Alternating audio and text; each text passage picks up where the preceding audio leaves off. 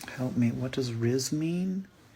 What does Rizz mean? I'm glad you asked. Rizz, as most people use it today, is really kind of synonymous with game or spitting game.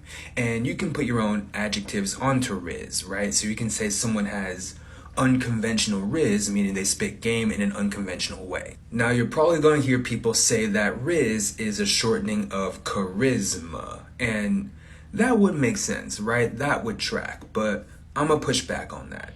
Because before that whole charisma business started, a guy named Cenat was given credit for either creating it or helping popularize it. And when Cenat was asked about this word Rizz, he really didn't give any indication that it's a shortening of the word charisma. Really, his explanation basically sounds like it's a word that he and his friends really said because it sounded cool, and then as he blew up on Twitch and YouTube and everything else, that word blew up and took a life of its own.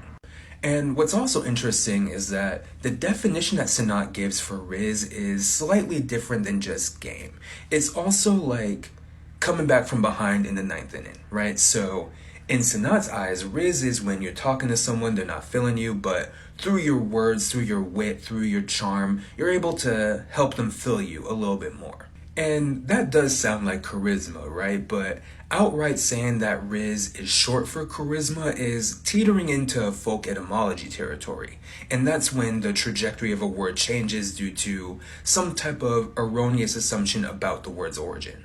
It's kind of like how the word outrage wasn't made by putting together the words out and rage, right? It comes from the French outrage, which has some spelling changes in its own right, but is essentially ultra plus the suffix age, like the same age that's in beverage. But yeah, back to Rizz. If someone's saying that, they're really talking about either spitting game or just sort of the act of attracting someone to you.